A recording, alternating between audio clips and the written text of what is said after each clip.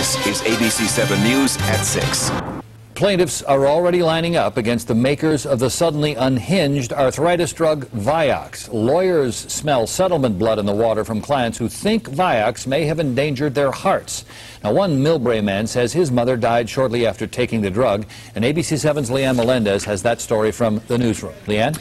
Well, you know, Pete, just minutes after Merck announced and acknowledged the problems with the drug, lawyers were emailing potential clients to get them on board.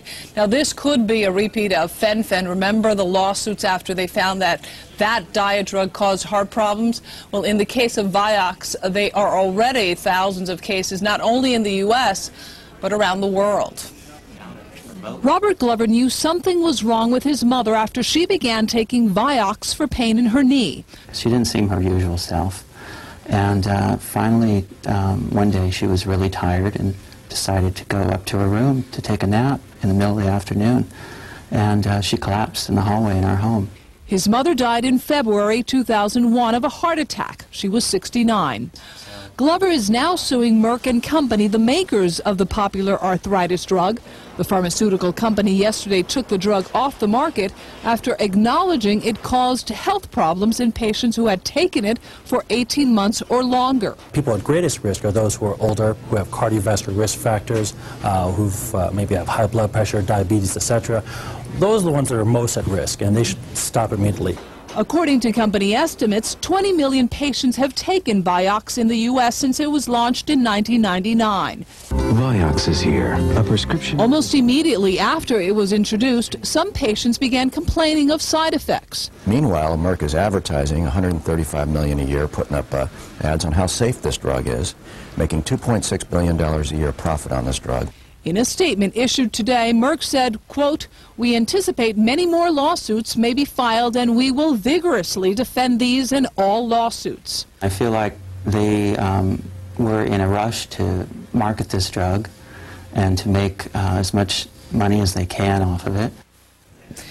And after yesterday's announcement, we told you the stock lost 27% of its value. Now, what is that? Merck is such a huge company that 27% represented a loss of $28 billion in market value. Shares of Merck, by the way, were slightly higher today.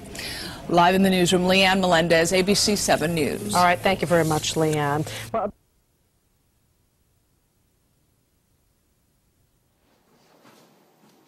all right, class, now we're going to switch to the second article. It's Ethics in Target Marketing, the role of product harm and consumer vulnerability.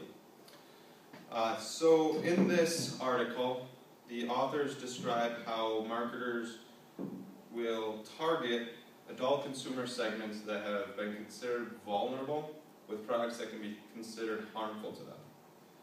So the American Marketing Association says that marketers should always conform to the rule of professional ethics. These rules basically state that a marketer should never do harm knowingly to anyone that he's trying to sell a product to. And he must make sure that the product is safe and fit for the intended audience. So these harmful aspects are not limited to physical harm. They may include economical harm and psychological harm. Example of this could be making people pay more for an item when they don't have that money, or making them look silly with a hair color that makes it look non-natural. Examples of this would be lottery tickets to gambling addicts, rental furniture to lower income families, and weight loss products to overweight individuals. This can reduce the cost of marketing by targeting the specific people that are going to buy the product, but it takes away from the overall firm. It tarnishes their reputation, and in the long run, they'll lose sales. So this article had two examples of the target marketing. One was a cigarette company, and one was a alcohol company. Tom, would you mind coming up and explaining those two?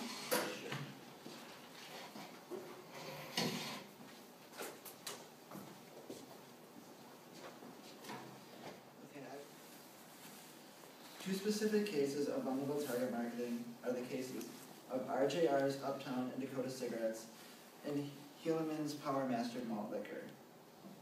In the case of RJR's Uptown and Dakota cigarettes, R.J. Reynolds, a tobacco company, created a brand of cigarettes, Uptown Light Menthols, designed to appeal to specifically black smokers. Tobacco companies were looking for new consumers to appeal to try and increase their declining sales. Advertisements created suggested glamour, high fashion, and nightlife, and were planned for black-oriented media.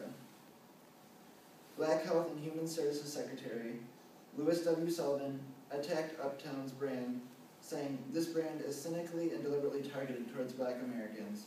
When our people desperately need the message of health promotion, Uptown's message is more disease, more suffering, and more death for a group already bearing more than its share of smoking-related illnesses and mortality." In a discussion over the confrontation of both Uptown and Dakota cigarettes, an analyst was quoted as saying, "The well-to-do and well-educated have quit smoking. Those who remain are the disadvantaged. It's logical to target them, except you are sending a message media simply cannot accept." In the case of Helaman's Power Master malt liquor, alcohol producers had been facing declining consumption rates and had begun increasingly targeting heavy users of alcohol. In 1990, the Helaman Brewing Company had seen its sales volume decline for the 7th year in a row and became desperate for successful new products. Malt liquor, an alcohol product disproportionately consumed by blacks and in low-income neighborhoods, was one of the few growth categories they had. An industry commentator noted, "The category was developed for consumers who wanted a fast buzz, so the advertisements played that up." In June of 1991, Helaman's announced a plan for a new malt liquor called Power Master.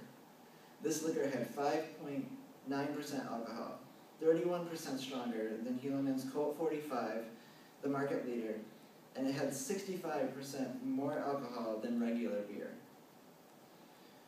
This brand of Power Master caused an uproar among anti-alcohol groups and black leaders.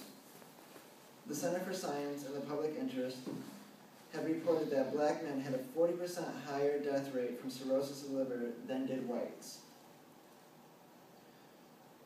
They also stated, high-octane alcoholic beverages have no place on the market, especially in communities where residents already suffered disproportionately from alcohol and other drug problems. Federal officials, industry leaders, black activists, and media types weighed in with protests that Power Master was an example of a bad product. Bad marketing, and essentially was a bad idea. On July 3rd, Helaman withdrew Power Master from the market, stating that the brand name was the product. Fortune magazine described Power Master as one of the biggest business goofs of 1991. Quoting, "Targeting black consumers was anything less wholesome than Farina has become politically risky." Thank you, Tom. Another example of like the Power Malt, what was it? Power Master malt liquor. Yeah, Power Master malt liquor was the Four Loko that recently came out. They had a lot of controversy going on that people were getting hurt because of the high alcohol with the energy supplements in them.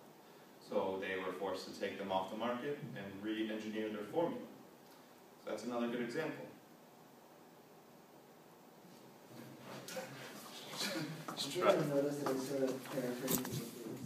Alright, class, let's switch gears and go back to the first article. Phil, do you want to come up and do the rest of your media of deceptive marketing, please?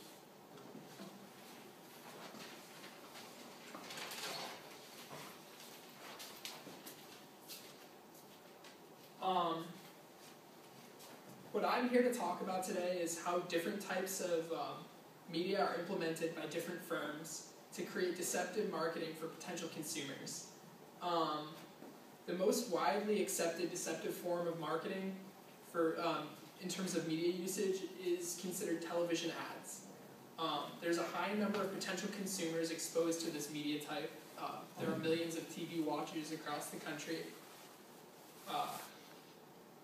Television ads use different layouts to deceive audiences. An example of this is pharmaceutical companies use TV commercials, and they implement different colors, mellow music, wording, and messages to convey positive associations with the drug being advertised. This can also be used to effectively negate the distrusting emotions aroused when symptoms and side effects are being displayed on screen.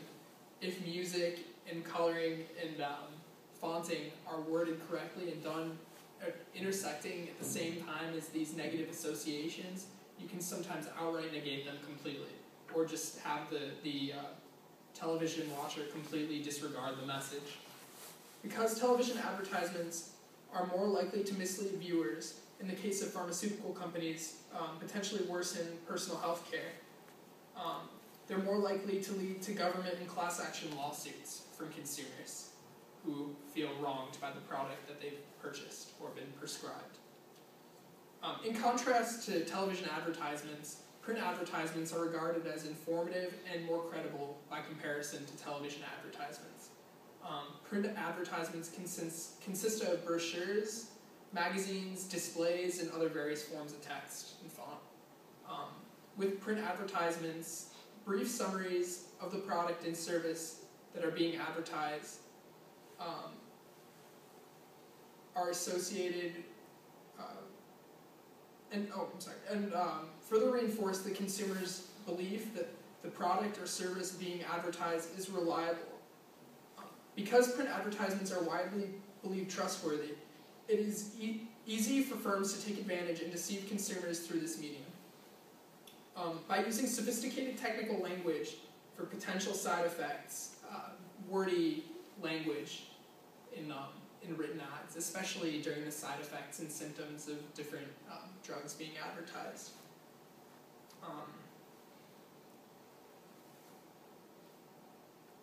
Patients will be less inclined to understand the potential health risks associated with the drug in question. This can lead to an increase in trust, customer retention, while a decrease in quality of health care provided to the patients because they don't understand the health care risks associated with the medications that they're taking. Thank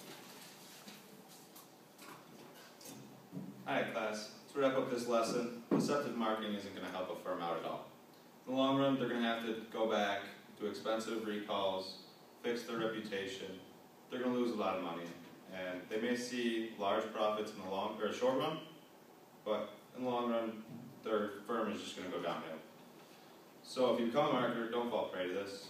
And when you're buying stuff, make sure you do your research. You don't want to be tricked by them. So that's it for today. Have a good day.